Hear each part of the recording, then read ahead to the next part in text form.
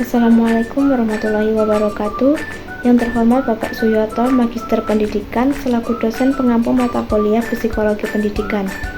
Perkenalkan, saya Ardita Ainur Rahma dengan NIM 232180156, mahasiswa Pendidikan Guru Sekolah Dasar kelas 2D. Di sini, saya akan menyampaikan materi konsep dasar psikologi pendidikan.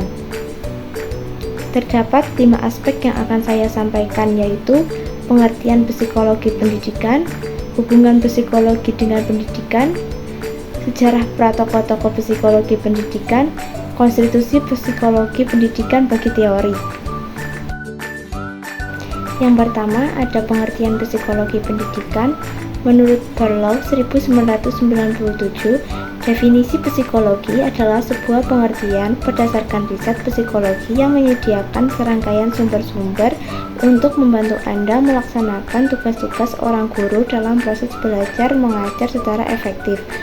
Yang kedua, menurut Whit Harrington 1997, studi sistematis tentang proses-proses dan faktor-faktor yang berhubungan dengan pendidikan manusia.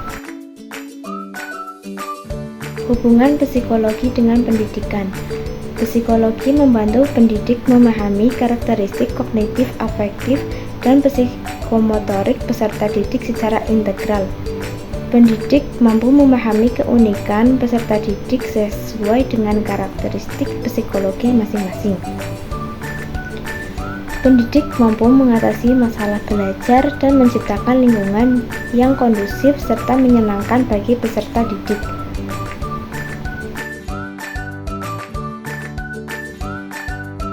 Kontribusi psikologi terhadap pendidikan.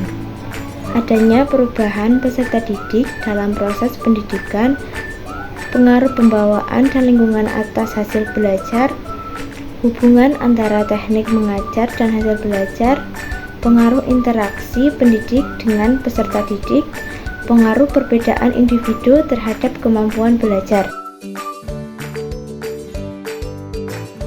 Tokoh-tokoh psikologi pendidikan. Yang pertama ada Jean-Jacques Rousseau 1712-1778, seorang tokoh dari Prancis yang mengungkapkan segala-galanya baik ketika datang dari tangan sang pencipta, segala-galanya memburuk dalam tangan manusia.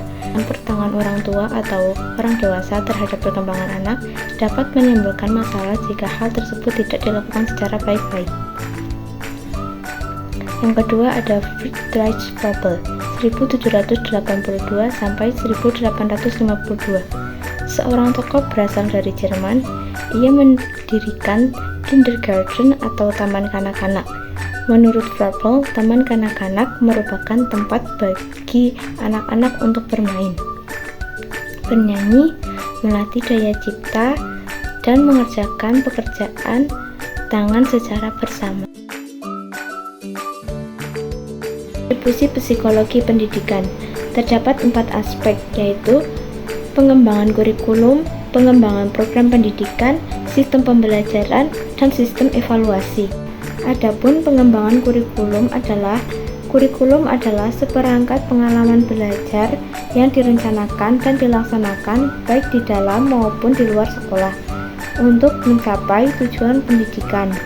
Pengembangan kurikulum dilakukan dengan mempertimbangkan aspek-aspek karakteristik psikologi peserta didik, kemampuan peserta didik untuk melakukan sesuatu dalam berbagai konteks, pengalaman belajar siswa, hasil belajar atau learning outcomes, dan standarisasi kemampuan siswa, dan penyusunan buku ajar didasarkan pada segi-segi psikologis peserta didik.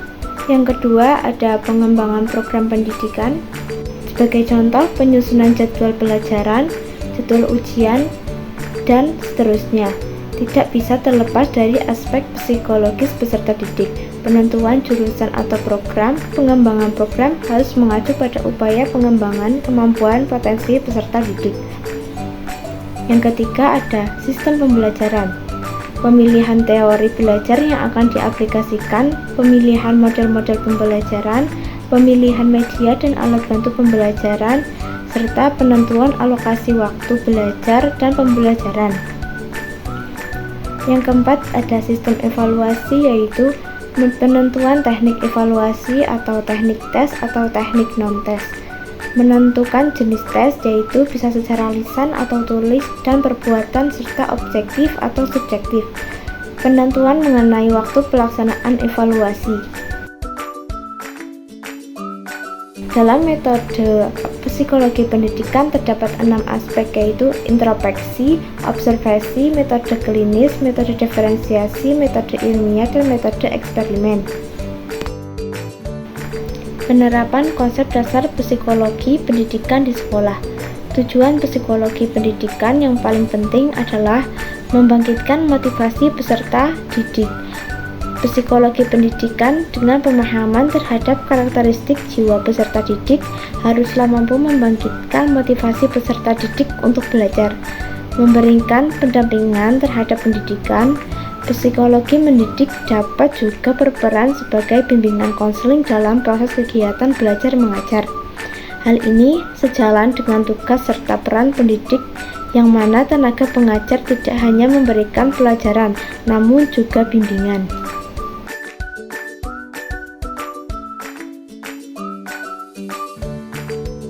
Sekian materi yang bisa saya sampaikan. Bila ada kesalahan mohon maaf. Wassalamualaikum warahmatullahi wabarakatuh.